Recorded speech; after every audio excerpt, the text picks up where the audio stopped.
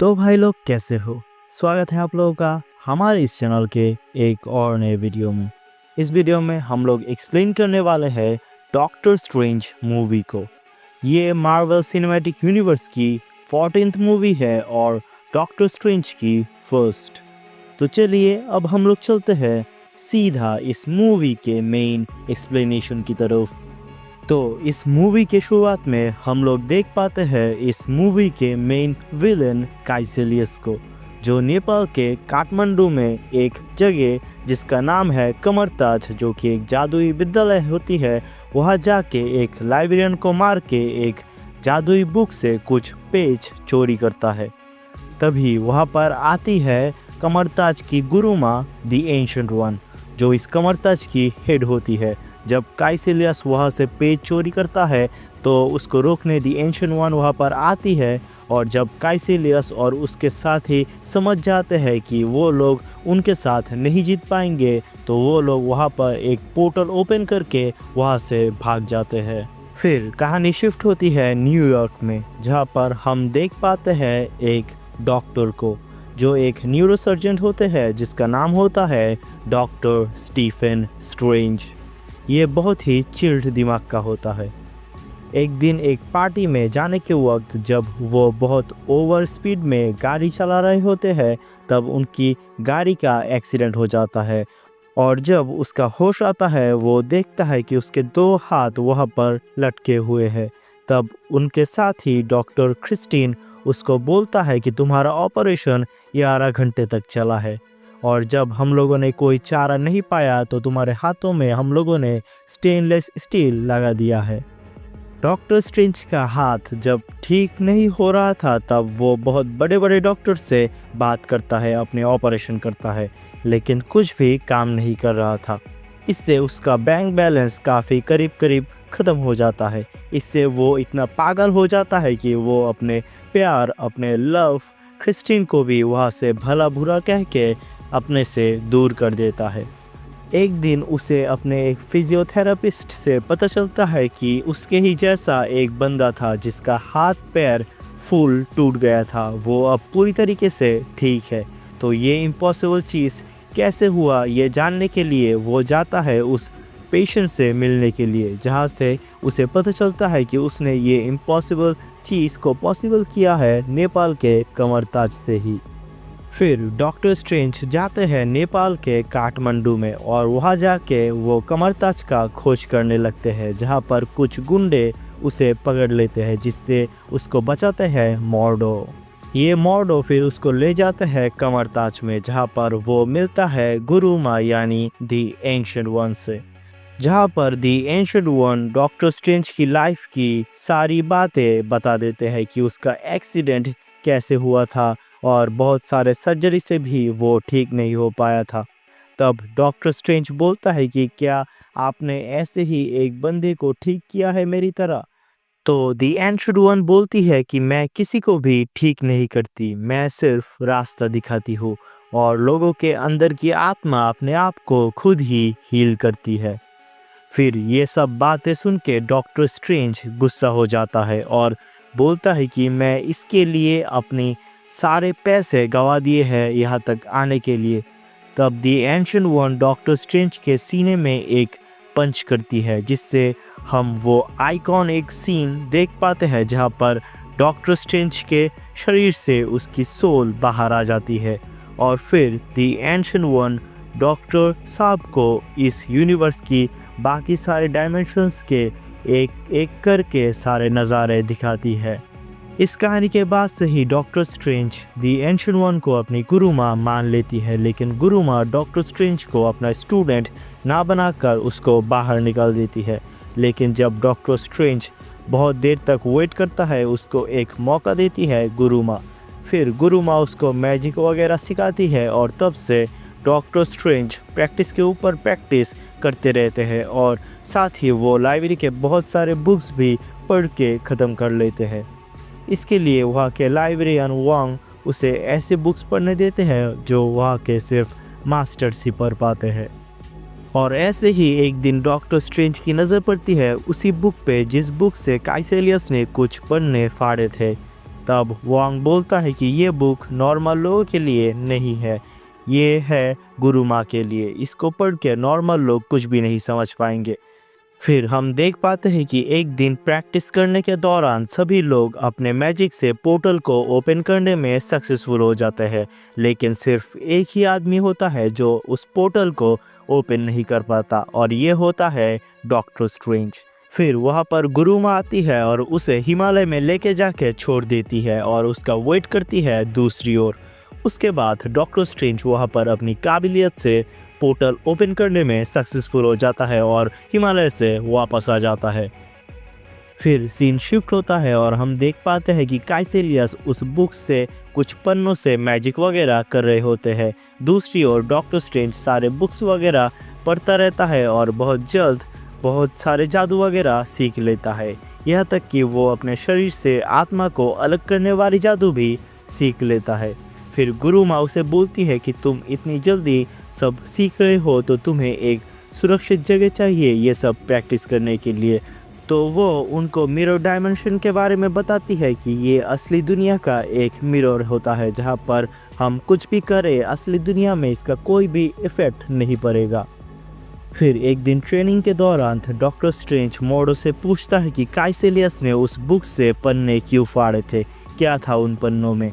तब मोडो उसे जवाब नहीं देता, तो वो खुद ही रात में सबसे छुप छुपा के वो बुक पढ़ने लगता है, जिस बुक से वो आई ऑफ एगामोटो के बारे में जान पाता है, जहाँ पर एक टाइम स्टोन होता है और ये टाइम से रिलेटेड होता है, जिससे हम टाइम को रिवर्स या कंट्रोल कर सकते हैं। तो वहाँ पर वो उस आई ऑफ आगामोटो की मदद से बुक में जैसा लिखा है वैसा करता है और वो टाइम को रिवर्स कर पाता है और आगे भी कर पाता है। फिर वो उस बुक के ऊपर वो मैजिक करके उस बुक के फाड़े हुए पन्ने भी वापस ले आता है और उस पन्नों से ही वो डार्क डायमेंशन के रूलर डोरमामू के बारे में जान पाता है।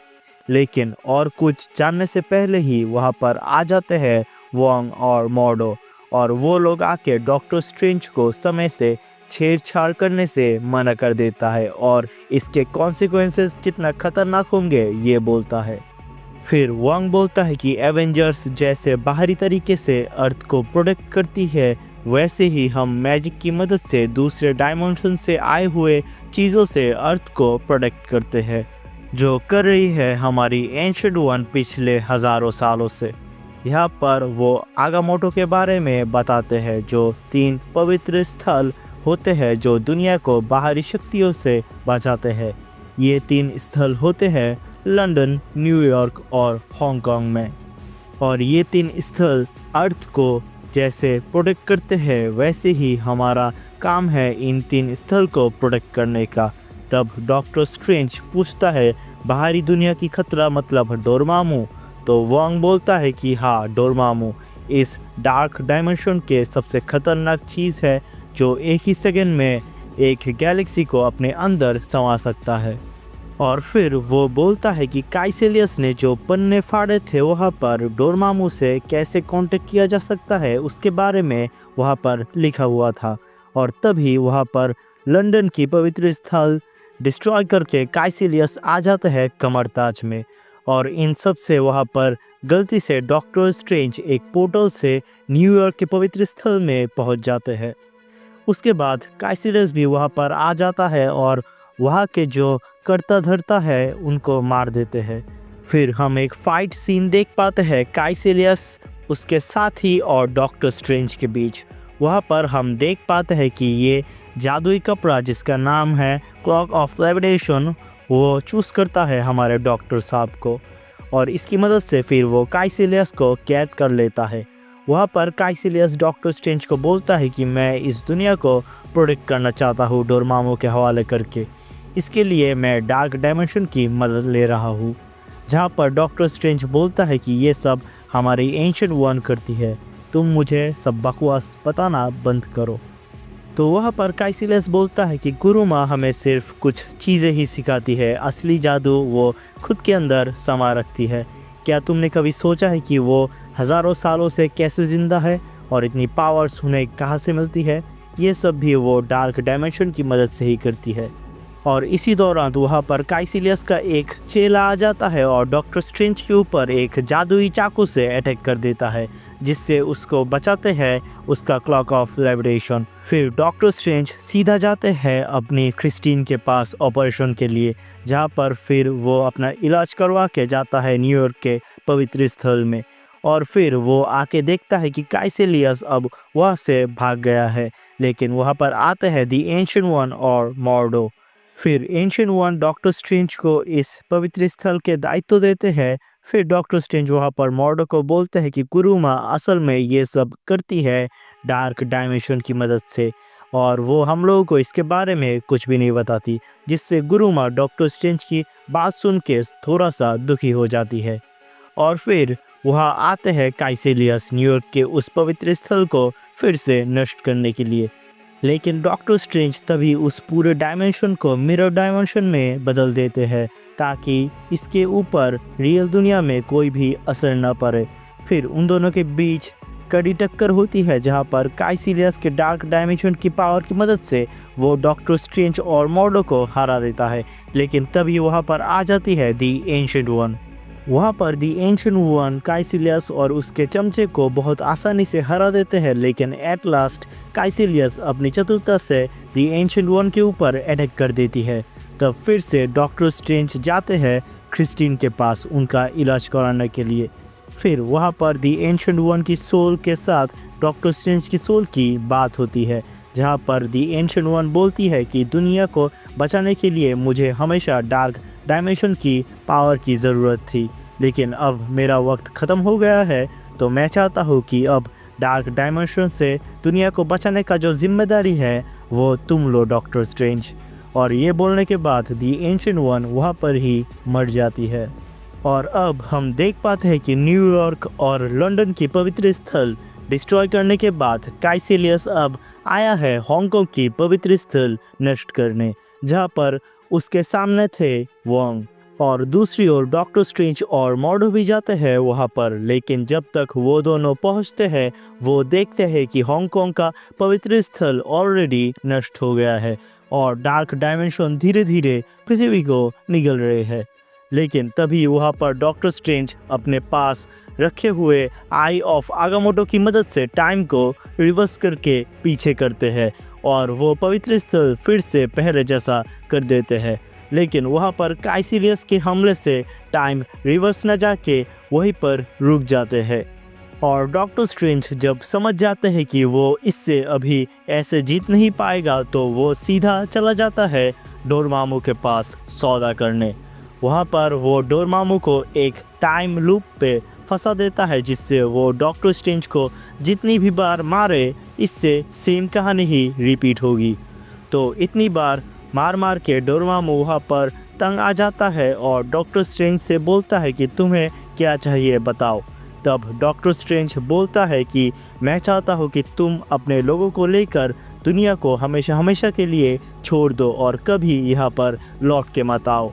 तो डोरमामू इससे राज़ी हो जाता है और तभी वो काइसिलियस और उसके साथियों को लेके दुनिया से दूर चले जाते हैं। वहाँ पर मॉर्डो डॉक्टर स्ट्रेंज की इस कहानी से खुश नहीं होता, क्योंकि वो बोलता है कि टाइम से छेड़छाड़ करके हमने बहुत बड़ी गलती कर दी है और इसके कॉन्सिक्वेंसेस हमें भुगतने पड़ेंगे। और ये बोल के वो वहाँ से चले जाते हैं सब कुछ छोड़ के। फिर हम देखते हैं कि अब से डॉक्टर स्ट्रेंज न्यूयॉर्क के पवित्र स्थल के दायित्व में है। इस मूवी के मिड क्रेडिट सीन में हम देख पाते हैं कि डॉक्टर स्ट्रेंज बात कर रहे होते हैं थॉर के साथ, जहाँ पर थॉर बोलता है कि वो और लोकी वहाँ पर आया है उसके पिता ओडिन को ढूंढने के लिए। पोस्ट क्रेडिट सीन में हम देख पाते हैं कि मॉर्डो उस बंदे से सारी शक्तियाँ छीन लेते हैं जिस बंदे ने डॉक्टर स्ट्रेंज की तरह अपनी हाथ पैर को ठीक किया था। और इसी सीन के साथ इस मूवी की कहानी यहीं पर ख़त्म हो जाती है। तो आपको ये फिल्म कैसी लगी ये हमें ज़रूर कमेंट सेक्शन में बताइए। नेक्स्ट मूवी होगी guardians of the Galaxy volume 2, जो बहुत जल्द इस चैनल पे आएगा। तब तक के लिए बाय बाय।